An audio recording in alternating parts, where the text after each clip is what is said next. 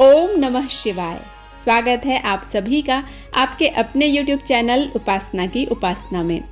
आज के वीडियो में आप सुनेंगे श्रावण मास महात्म्य के तीसरे अध्याय की कथा। महात्म्य के अंत में आप सुनेंगे भगवान शिव की भक्ति से ओतप्रोत कथा। तो वीडियो में अंत तक बने रहिए और वीडियो पसंद आता है तो प्लीज लाइक, शेयर और सब्सक्राइब करना बिल्कुल मत भूलिए। श्रावण मास महात्म्य के तीसरे अध्याय में भगवान शिव ने श्रावण मास में की जाने वाली भगवान शिव की लक्ष्य पूजा का वर्णन किया है।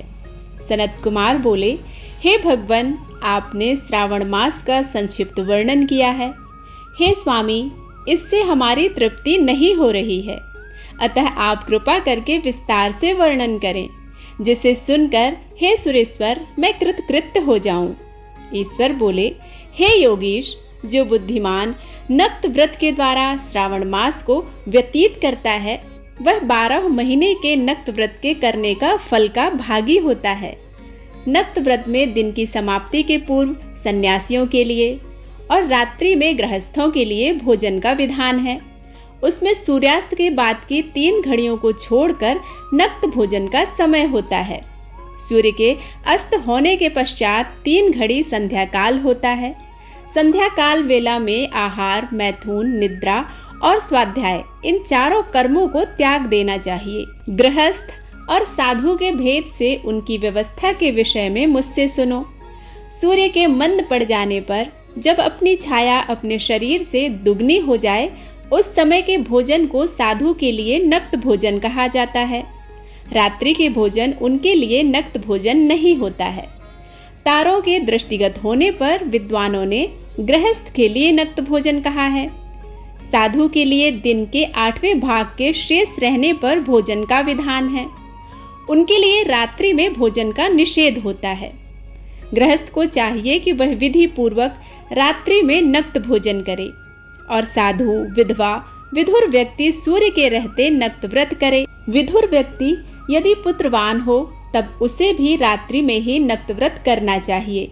अनाश्रयी हो अथवा आश्रयी हो अथवा पत्नी रहित हो अथवा पुत्रवान हो, उन्हें रात्रि में नक्त व्रत करना चाहिए। भगवान शिव कहते हैं, इस प्रकार बुद्धिमान मनुष्य को अपने अधिकार के अनुसार नक्त व्रत करना चाहिए। इस मास में नक्त व्रत करने वाला व्यक्ति परम गति प्राप्त करता है। मैं प्रातः काल स्नान करूंगा, ब्रह्मचर्य व्रत का पालन करूंगा, नक्त भोजन करूंगा, पृथ्वी पर सोऊंगा और प्राणियों पर दया करूंगा। हे देव, इस व्रत को प्रारंभ करने पर यदि मैं मर जाऊं तो हे जगतपति, आपकी कृपा से मेरा व्रत पूर्ण हो, ऐसा संकल्प करके बुद्धिमान व्यक्ति को श्रावण मास में प्रतिदिन नक्त व्रत करना चाहिए। बाबा भोलेनाथ कहते हैं कि इस प्रकार नक्त व्रत करने वाला मुझे अत्यंत प्रिय है। ब्राह्मण के द्वारा अथवा स्वयं ही अतिरुद्र, महारुद्र अथवा रुद्र मंत्र से महीने भर प्रतिदिन अभिषेक करना चाहिए। हे वत्स, मैं उस व्यक्ति पर प्रसन्न हो जाता हूँ क्योंकि मैं जलधारा से अत्यधिक प्रेम करता हूँ।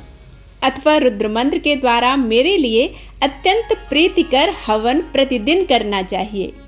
अपने लिए जो भी भोज्य पदार्थ अथवा शुभ उपभोग की वस्तु अति प्रिय हो संकल्प करके उन्हें श्रेष्ठ ब्राह्मण को प्रदान करके स्वयं महीने भर उन पदार्थों का त्याग करना चाहिए।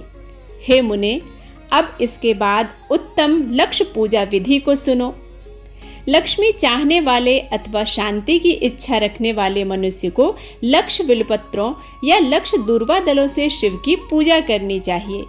आयु की कामना करने वाले को चंपा के लक्ष्य पुष्पों तथा विद्या चाहने वाले व्यक्ति को मल्लिका या चमेली के लक्ष्य पुष्पों से श्रीहरि का पूजन करना चाहिए। शिव की प्रसन्नता के लिए शिव पर तुलसी की मंजरी अर्पित करना चाहिए। विष्णु की प्रसन्नता के लिए विष्णु पर तुलसी मंजरी और तुलसी दल अर्पित करना चाहिए। पुत्र की कामना करने वाले को कटेरी के दलों से शिव तथा विष्णु का पूजन करना चाहिए। बुरे स्वप्न की शांति के लिए धान्य से पूजन करना प्रशस्त होता है। देव के समक्ष निर्मित किए गई रंगवली आदि से विभिन्न रंगों से रचित पद्म, स्वास्तिक और चक्र आदि से प्रभु की पूजा करनी चाहिए। इस प्रकार सभी मनोरथों की सिद्धि के लिए सभी प्रकार के पुष्पों से यदि मनुष्य लक्ष्य पूजा करता है तो शिव जी प्रसन्न होते हैं। और इसके बाद उद्यापन करना चाहिए, मंडप निर्माण करना चाहिए और मंडप के त्रिभाग परिमाण में वेदिका बनानी चाहिए। तदनंतर पुण्याहवाचक करके आचार्य का वरण करना चाहिए और उस मंडप में प्रविष्ट होकर गीत तथा वाद्य के शब्दों और तीव्र वेद ध्वनि से रात्रि में जागरण करना चाहिए। वेदिका के ऊपर उत्तम लिंग तोभद्र बनाना चाहिए और उसके बीच में चावलों से सुंदर कैलाश का निर्माण करना चाहिए। इसके ऊपर तांबे का अत्यंत चमकीला तथा पंच पल्लव युक्त कलश स्थापित करना चाहिए और उसे रेशमी वस्त्र से वेष्टित कर देना चाहिए। उसके ऊपर पार्वती पति शिव की स्वर्णमय प्रतिमा स्थापित करनी चाहिए। तत्पश्चात पंचामृत पूर्वक धूप दीप तथा नैवेद्य से उस प्रतिमा की पूजा करनी चाहिए और गीत वाद्य नृत्य तथा वेद शास्त्र तथा पुराणों के पाठ के द्वारा रात्रि में जागरण करना चाहिए। इसके बाद प्रातःकाल भली भांति स्नान करके पवित्र हो जाना चाहिए और अपनी शाखा में निर्दिष्ट विधान के अनुसार वेदिका निर्माण करना चाहिए। तत्पश्चात मूल मंत्र से या गायत्री मंत्र से या शिव के सहस्त्र नामों के द्वारा तिल तथा घृत मिश्रित खीर से होम करना चाहिए अथवा जिस मंत्र से पूजा की गई है उसी से होम करके पूर्णाहुति डालनी चाहिए। इसके बाद वस्त्र अलंकार तथा भूषणों से भली भांति आचार्य का पूजन करना चाहिए। तत्पश्चात अन्य ब्राह्मणों का पूजन करना चाहिए और उन्हें दक्षिणा देनी चाहिए। जिस जिस वस्तु से उमापति शिव की लक्ष्य पूजा की हो उसका दान अवश्य करना चाहिए। स्वर्णमयी मूर्ति बनाकर शिव की पूजा करनी चाहिए। यदि दीप कर्म किया हो तो उस दीपक का दान करना चाहिए। चांदी का दीपक और स्वर्ण की बर्तिका अर्थात बत्ती बनाकर उसे गौघृत से भरकर सभी कामनाओं और अर्थ की सिद्धि के लिए उसका दान करना चाहिए। इसके बाद प्रभु से क्षमा प्रार्थना करनी चाहिए और अंत में 100 ब्राह्मणों को भोजन कराना चाहिए। हे मुनि, जो व्यक्ति इस प्रकार पूजा करता है मैं उस पर प्रसन्न होता हूँ और उसमें भी जो श्रावण मास में पूजा करता है उसका अनंत गुना फल प्राप्त होता है। यदि अपने लिए अत्यंत प्रिय कोई वस्तु मुझे अर्पण करने के विचार से इस मास में कोई त्यागता है तो अब उसका फल सुनिए। इस लोक में तथा परलोक में उसकी प्राप्ति लाख गुना अधिक होती है। सकाम करने से अभिलाषित सिद्धि होती है और निष्काम करने से परम गति मिलती है। इस मास में रुद्राभिषेक करने वाला मनुष्य उसके पाठ की अक्षर संख्या से एक एक अक्षर के लिए करोड़ करोड़ वर्षों तक रुद्रलोक में प्रतिष्ठा प्राप्त करता है। पंचामृत का अभिषेक करने से मनुष्य अमृत प्राप्त करता है। इस मास में जो मनुष्य भूमि पर शयन करता है उसका फल भी मुझसे सुनिए। भगवान भोलेनाथ कहते हैं कि हे द्विजश्रेष्ठ, वह मनुष्य जो 9 प्रकार के रत्नों से जड़ी हुई सुंदर वस्त्र से आच्छादित बिछे हुए कोमल गद्दे से सुशोभित तकियों से युक्त रम्य स्त्रियों से विभूषित रत्न निर्मित दीपों से मंडित तथा अत्यंत मृदु और गरुणाकार प्रवालमणि निर्मित अथवा हाथी दांत की बनी हुई अथवा चंदन की बनी हुई उत्तम तथा शुभ सैया प्राप्त करता है। इस मास में ब्रह्मचर्य का पालन करने से वीर की दृढ़ पुष्टि होती है। औज बल शरीर की दृढ़ता और जो भी धर्म के विषय में उपकारक होते हैं वह सब उसे प्राप्त होते हैं। निष्काम ब्रह्मचर्य व्रति को साक्षात ब्रह्म प्राप्ति होती है और सकाम को स्वर्ग तथा सुंदर देवांगनाओं की प्राप्ति होती है। इस मास में दिन रात अथवा केवल दिन में अथवा भोजन के समय मौन व्रत धारण करने वाला भी महान वक्ता हो जाता है। व्रत के अंत में घंटा और पुस्तक का दान करना चाहिए। मौन व्रत के महात्म्य से मनुष्य सभी शास्त्रों में कुशल तथा वेद वेदांग में पारंगत हो जाता है तथा बुद्धि में बृहस्पति के समान हो जाता है। मौन धारण करने वाले का किसी से कलह नहीं होता, अतः मौन धारण करना अत्यंत उत्कृष्ट होता है। इसके आगे की कथा आप 4थे अध्याय में सुनेंगे। आइए अब सुनते हैं भगवान शिव के एक सच्चे भक्त की कथा। यह केदारनाथ धाम में घटित हुई थी। केदारनाथ धाम के बारे में तो आप सभी जानते हैं, जहां देवों के देव महादेव का पवित्र और बहुत ही प्राचीन मंदिर है। यह मंदिर भोलेनाथ के ज्योतिर्लिंगों में से एक है। ज्योतिर्लिंग का अर्थ होता है कि जिस शिवलिंग में स्वयं शिव की ज्योति विद्यमान है। आज मैं आपको बताऊंगी कि केदारनाथ ज्योतिर्लिंग को जागृत महादेव क्यों कहते हैं। एक परम शिव भक्त के साथ घटित सच्ची घटना की पूरी कहानी आप सुनेंगे और अंत में आपको इस बात का उत्तर मिल जाएगा कि केदारनाथ जागृत महादेव क्यों हैं। बहुत समय पहले की बात है, जब हमारे देश में बस ट्रेन की सुविधा नहीं होती थी। अगर किसी को सफर करना होता था तो धनवान लोग बैलगाड़ी, घोड़े का सहारा लेते थे, लेकिन गरीब लोगों के लिए पैदल यात्रा ही करनी पड़ती थी और एकमात्र यही उनके पास उपाय था। उसी समय एक निर्धन शिव भक्त ने भगवान केदारनाथ ज्योतिर्लिंग के दर्शन करने का प्रण लिया और पैदल यात्रा के लिए निकल पड़ा। रास्ते में लोगों से पूछ कर केदारनाथ धाम की ओर बढ़ने लगा। मन में शिव दर्शन की इच्छा लिए वह हमेशा शिव का ही स्मरण करता रहा। उसके घर से केदारनाथ धाम काफी दूर था। सफर करते करते 2 महीने बीत गए। जब वह केदारनाथ पहुंचा तो वहां बर्फ पड़ रही थी और ऐसा लग रहा था कि मंदिर बंद है और वहां कोई भी नहीं है, क्योंकि केदारनाथ धाम के पट 6 महीने के लिए खुलते हैं और 6 महीने के लिए बंद हो जाते हैं।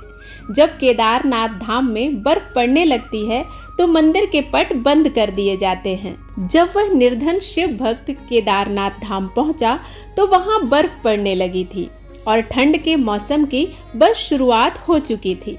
उसने देखा कि मंदिर के पुजारी जी मंदिर के पट बंद करके अपने घर जा रहे थे। उसने तुरंत उस पुजारी से आग्रह किया कि उसे एक बार केदारनाथ महादेव के दर्शन करने दिए जाएं। पुजारी जी ने उससे कहा कि बेटा, अब मंदिर के पट तो बंद हो चुके हैं 6 महीने के लिए और 6 महीने बाद ही खुलेंगे, तो तुम 6 महीने बाद ही आना।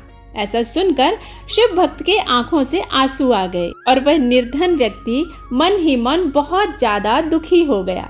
उसने फिर से आग्रह किया और पुजारी जी के पैर पकड़ लिए और गिड़गिड़ाते हुए बोला, मैं बहुत दूर से आया हूँ, 2 महीने पैदल चलकर और जगह जगह रुककर मुझे महादेव के दर्शन करने दो ना। पुजारी जी ने एक ना सुनी और उससे कहा, अगर दर्शन करना है तो या तो 6 महीने बाद आना या तो यहीं 6 महीने तक रुको, लेकिन इस ठंड और बर्फ में तुम यहाँ एक रात भी नहीं रुक पाओगे। वापस लौट जाओ, अब हम पट नहीं खोल सकते। पुजारी जी के जाने के बाद निर्धन शिव भक्त निराश होकर मंदिर के बाहर बैठा रो रहा था और एकाएक उसने यह मन बना लिया कि बिना दर्शन करे यहाँ से हिलूंगा भी नहीं। उसे महादेव पर पूरा विश्वास था और यकीन था कि प्रभु कोई न कोई लीला जरूर दिखाएंगे। ऐसा सोचकर उसने वही मंदिर के बाहर रुकने का प्रण ले लिया। केदारनाथ की बर्फीली ठंड में वह आदमी मंदिर के बाहर बैठा शिव का स्मरण कर रहा था। रात होते ही ठंड और बढ़ गई और अब उस जगह पर किसी मनुष्य के लिए एक पल ठहरना भी कठिन था, लेकिन वो बैठा रहा। रात में एक अघोरी बाबा के समान एक आदमी उसके पास आया और उसको खाने के लिए खाना दिया और आग भी जलाई। उस अघोरी बाबा ने निर्धन शिव भक्त से कहा कि तुम थक गए होगे, एक काम करो, मेरे पास थोड़ा खाना है, उसे खाकर आराम कर लो, मैं आग लगा देता हूँ। शिव भक्त क्योंकि सचमुच बहुत ज्यादा थक चुका था, उसने खाना खाया और आग की गर्माहट में उसे नींद आ गई। अब दूसरी सुबह जब उसकी नींद खुली तो वह अघोरी बाबा वहां नहीं थे और बर्फ भी साफ हो चुकी थी। ऐसा लग रहा था जैसे सर्दियों का मौसम है ही नहीं। उसको आश्चर्य हुआ कि केदारनाथ में तो लगातार 6 महीने तक बर्फ पड़ती है, लेकिन अचानक ये क्या हो गया। कुछ ही देर बाद उसने देखा कि मंदिर के पुजारी जी अपने साथियों के साथ मंदिर की ओर चले आ रहे हैं। जब पुजारी जी मंदिर के पास पहुंचे तो शिव भक्त ने बड़ी ही जिज्ञासा से पूछा कि क्या मंदिर के पट आज ही खुल जाएंगे। तो पुजारी जी ने कहा कि हाँ, आज 6 महीने की सर्दियों के बाद मंदिर के पट खुलेंगे। पुजारी जी पहले उस भक्त को पहचान भी नहीं पाए। ऐसा सुनकर उस शिव भक्त ने कहा कि 6 महीने बाद, लेकिन आप तो कल ही मंदिर के पट बंद करके गए थे। ऐसा सुन पुजारी जी ने अपने दिमाग पर जोर डाला और कहा कि तुम तो वही हो ना जो 6 महीने पहले दर्शन के लिए आए थे, लेकिन पट बंद हो जाने के कारण दर्शन नहीं कर पाए थे। तब उस भक्त ने कहा कि पुजारी जी, मैं तो कल ही यहाँ आया था और रात में यहीं सोया था और आज आप आ गए, 6 महीने कहाँ से हो गए। तब पुजारी जी को संदेह हुआ और उन्होंने उससे पूछा कि बेटा, रात में तुम्हारे साथ क्या हुआ था। उस भोले भाले सच्चे शिव भक्त ने पुजारी जी को सारी बात बता दी। रात में एक अघोरी बाबा मेरे पास आए थे। उन्होंने मुझे खाना दिया और आग जलाई और मुझे सोने के लिए कहा। यह सुनकर पुजारी जी ने कहा, बेटा वो बाबा कैसे दिखते थे। तब शिव भक्त ने कहा, एकदम अघोरियों की तरह, लंबे लंबे बाल, हाथ में त्रिशूल, माथे पर त्रिपुंड था। बस इतना सुनकर पुजारी और उनके सारे साथी शिव भक्त के चरणों में गिर गए और कहा, तुम धन्य हो, तुम्हारे पास स्वयं महादेव आए थे और उन्होंने अपनी योग माया से तुम्हारे 6 महीने को एक रात में परिवर्तित कर दिया, कालखंड को छोटा कर दिया। यह सब तुम्हारी सच्ची भक्ति और श्रद्धा के कारण हुआ है। इतने वर्षों से हम में से कोई भी शिव के दर्शन नहीं पा सके, लेकिन तुमको महादेव ने साक्षात प्रत्यक्ष दर्शन दिए हैं और तुम्हारी रक्षा भी की है। यही कारण है कि केदारनाथ को जागृत महादेव कहा जाता है, जो अपने भक्तों को बहुत जल्दी दर्शन देते हैं और उनके तीर्थ को आए लोगों की रक्षा भी करते हैं। उम्मीद करती हूँ यह वीडियो आप सभी को पसंद आया होगा। यदि पसंद आता है तो लाइक करके कमेंट बॉक्स में जरूर बताइएगा। मिलते हैं एक नई कथा के साथ, तब तक के लिए ओम नमः शिवाय।